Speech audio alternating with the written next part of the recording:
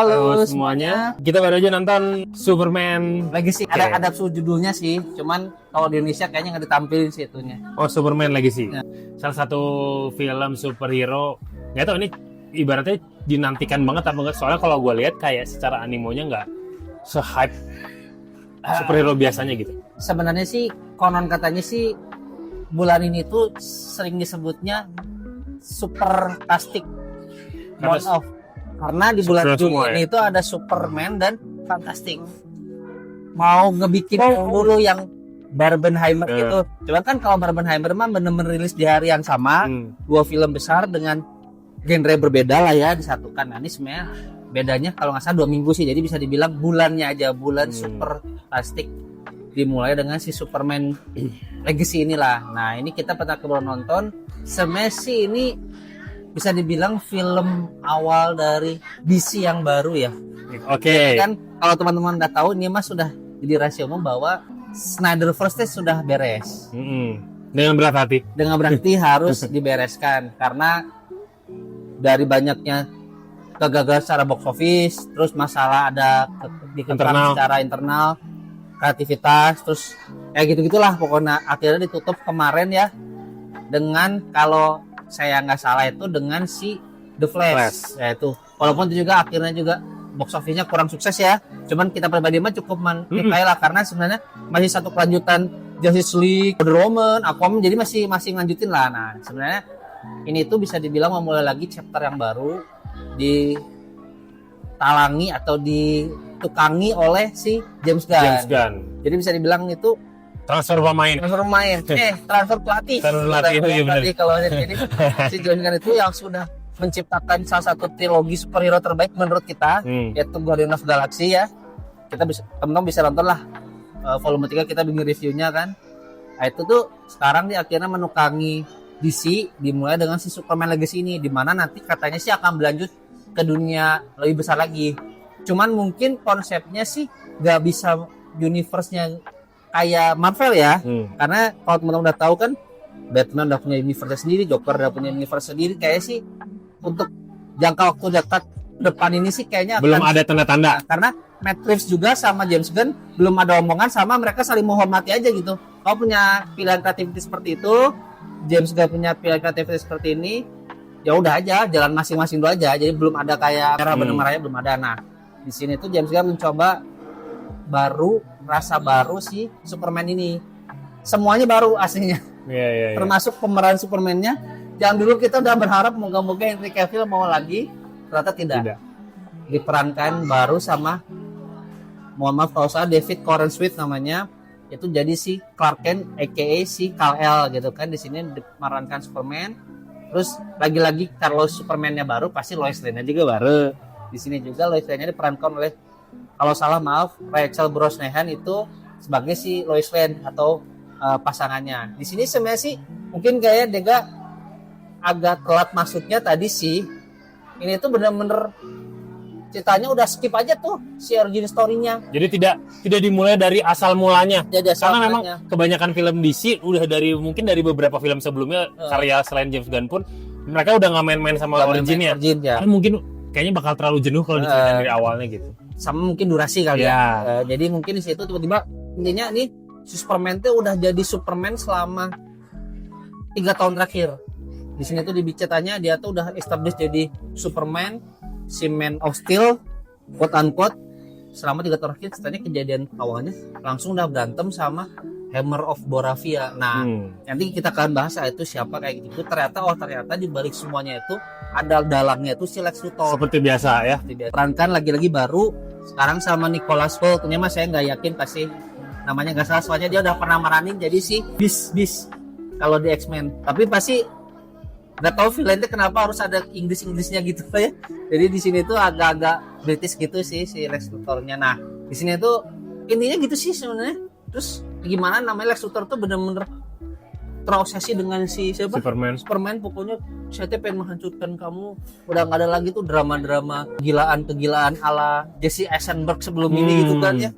Pokoknya benar-benar apa yang dilakukan Lex Luthor semuanya demi menghancurkan reputasi si Superman, di mana Superman itu kita di sini dianggapnya udah jadi kayak pahlawan, padahal sebenarnya tanda kutip dia itu semuanya alien, dan sebenarnya kalau kita boleh bawa ke ranah sekarang tuh imigran gelap gitu sih sebenarnya dia nggak bisa orang luar lah ya. orang luar nggak bisa dikekang sama sebuah pemerintahan, nggak bisa patuh pada satu presiden, jadi dia hanya melakukan itu ya berdasarkan karena dia merasa dia tuh manusia gitu kan, yang udah dibesarkan di dunia ini, bumi pengen lihat orang nggak ada yang celaka, intinya sebenarnya gitu doang sih. Jadi nggak ada tuh namanya kayak teman-teman pernah nonton film-film superhero yang sebelum ini tuh kayak ada kegetiran atau konflik batin tuh nggak gitu, nggak begitu disorot di sini. Nah, cuma memang sih ada beberapa twist ya ala James Gunn gitu aja sih. Ya. Sebenarnya yang akhirnya lumayan sih agak bikin kita kena gitu ke emosi, tapi secara plotnya mas itu doang, akhirnya gimana kalah dulu tiba-tiba menang lagi ya gitu aja sih. Yeah. Secara plot tidak ada yang istimewa, sangat ini sorry nih gue dari tadi terlihat tidak semangat karena gue melihat sangat tidak ada yang istimewa di plotnya. Iya. Jadi benar-benar cerita heroiknya Superman di Metropolis ya, di Metropolis, dan ada konflik dengan Lex Luthor, tadi sudah Gigi sebutkan. Terus ada tarik menarik. Di situ ditampilkan juga ada superhero lain. Sudah ada Justice Gang namanya. Itu ada si Mr. Terrific, si Hawkgirl, sama Green Lantern, tapi ini yang iterasinya si Guy Gardner ya. Ya, beda. Bukan Hal Jordan. Ya. Jadi di sini tuh mungkin aku ngerti sih James Gunn tuh penggemar komik banget. Jadi dia tuh mungkin ngambil iterasi-iterasi yang tanda kutip kalau orang nggak baca komik tuh belum tentu tahu, tapi mungkin dia tahu tuh Green Lantern. Iya. Kelakuannya beda sama Green Lantern yang sering dia tahu gitu. Yang Ryan Reynolds. Yang Ryan Reynolds gitu kan. Jadi kayak di situ mau bagus sih sebenarnya sih mengambil yang baru gitu kan, kayak dibilang gitu. Jadi di sini juga termasuk Crypto.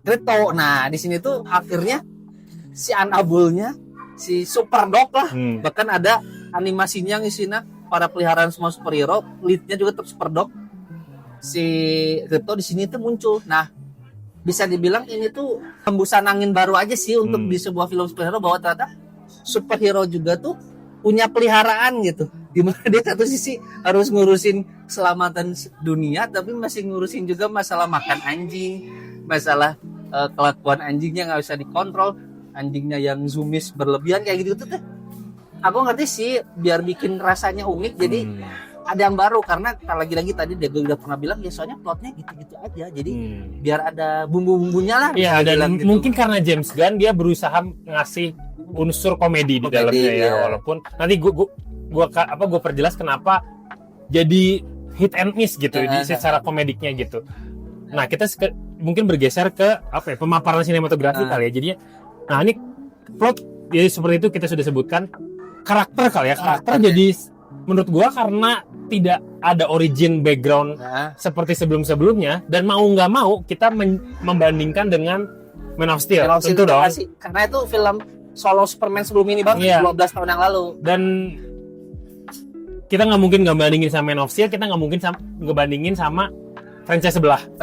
Ya. Dan itu kan jadi sangat komparatif gitu. Dan menurut gue untuk gue mengerti mencoba mencari sesuatu yang baru dengan lebih bright, lebih terang, colorful, lebih pop gitu. Keresahan gue yang sering gue sampaikan di review film DC adalah ketidakadanya roots gitu. Jadi isi kayak kopong gitu. Iya, jadinya ketika kita bandingin deh, coba kita kan misalkan kita udah lihat Tony Stark dengan nanotechnya. Kita udah tahu dia bikin Mars 1 di gua. Iya. Sampai ada nanotech itu ada journey-nya panjang banget, Bay. Iya. Ketika ini udah ada teknologi tiba-tiba namanya gitu juga, nanites. Ya, oke, ini ngerti, ini fiksi, ini komik gitu, cuman jadi tidak believable jadinya gitu ya. Dan itu terus dan ada jadinya semua karakternya jadi terasa kurang gigit, dan jadinya ketika komedinya muncul jadi nggak kena gitu buat gua gitu ya. Ya itu sih satu catatan juga bahwa di sini karena pace-nya cepat. For your information nih durasinya cuma 2 jam 9 menit. Cepat banget loh film ini. Cepat banget film ini. Jadi di sana lewat begitu saja. Memang ada beberapa sinematografi, scene bagus sih ngambilnya. Ya sebenarnya James Gunn juga bukan saudara kacangan juga sih. Dia pintar ngambil kayak gitu, terus mau menampilkan sebuah karakter zoom in zoom out-nya. Nah, saya ada beberapa catatan sih, khususnya kalau kali ini Rachel Brosnahan-nya kecantikan. Secara karakter ya, Secara pemilihan cast-nya jadi Mona pas ada bentar-bentar atau ada dialog dengan si Superman, ya. jadi nggak dapat tuh si message ke kita karena kita terlalu terpukau dengan matanya gitu. Jadi terus karena cantik, jadi kurang believable bahwa dia tuh seorang jurnalis yang cerdas gitu. Iya. Bukan berarti saya Kalau cantik nggak boleh cerdas. nggak boleh cerdas ya. Kalau teman-teman nonton, Rachel Brosnahan pernah main di sini tuh The Wonderful of Miss Maisley itu di serial gitu kan.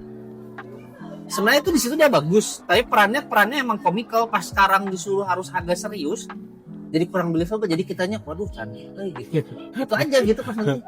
Sedangkan kalau teman-teman bandingin sebelumnya, Lois Lane misalnya Amy Adams tuh lebih kelihatan gitu. Pengejar berita gitu, pengejar jurnalis gitu kan, kayak gitu lebih dapat gitu. Jadi di sini tuh mungkin bukannya saya menyalahkan soal castingnya, mungkin agak dikurangi dikit lah si face-nya gitu kan. Dan sama aku di sini tadi sempat berkomentar itu pas lagi nonton, di sini dibikinnya si Clark Kent-nya tuh jadi kayak Peter Parker. Jadi dia dapat berita tentang Superman, ya sumbernya dari diri dia sendiri. Dan dia selalu dapat headline terus, jadi nge-cheat lah aja namanya kayak gitu kan. Dari itu kalau nonton Spider-Man kan juga sama Peter Parker bisa dapat foto bagus, angle bagus. Dari Daily Bugle dapat angle bagus karena dia sendiri kan, nama moto diri sendiri. Kayak sini sama kelakuannya Clark Kent di Daily Planet sama kelakuannya Peter Parker di Daily Bugle itu sama aja gitu. Keterkesannya jadi kayak narsis sih. Ternyata di sini jalan ke belakang ada reveal ya kas-kasnya James Gunn sih sebenarnya. Jadi bikin ada twist bahwa sebenarnya ada ya lagi-lagi jadi kayak sepele sih ya. Langsung tiba-tiba berubah tonnya jadi serius di tengah-tengah karena tiba-tiba sebenarnya doa yang selalu dipanjatkan sama Clark Kent setiap mau berantem, ternyata dia hanya melafalkan setengah pesan dari orang tuanya. Gak spoiler sih, ternyata kalau diterjemahin secara full ke bahasa manusia, pesannya tuh sebenarnya tidak seperti apa yang diharapkan. Jadi akhirnya di sini dia mengalami krisis jati diri lah, identitas gitu, di mana sebenarnya tugas saya di dunia ini apa gitu. Walaupun sebenarnya kalau teman-teman udah nonton Man of Steel, sama sih sebenarnya tipenya gitu kan. Memang sebenarnya si Man of seorang alien itu gak harus berbaur dengan manusia, malah invade gitu. Nah ini bedanya, tinggal pilihannya. Pilihannya si orang itu gak harus ngikutin apa yang didoakan atau diinginkan sama orang tuanya. Nah, pesan yang kayak gitunya itu sih lumayan. Dapat tuh pas dia akhirnya ketemu sama orang tuanya di bumi kan, dia dapat pandangan baru. Kamu mah mau kamu alien, mau kamu orang tua nggak bisa maksain jadi diri anaknya. Jadi itu sih masih ada. Di situ James kan jagoin di situ sebenarnya, menurut aku malah sebenarnya mulai berisinya tuh di situnya gitu.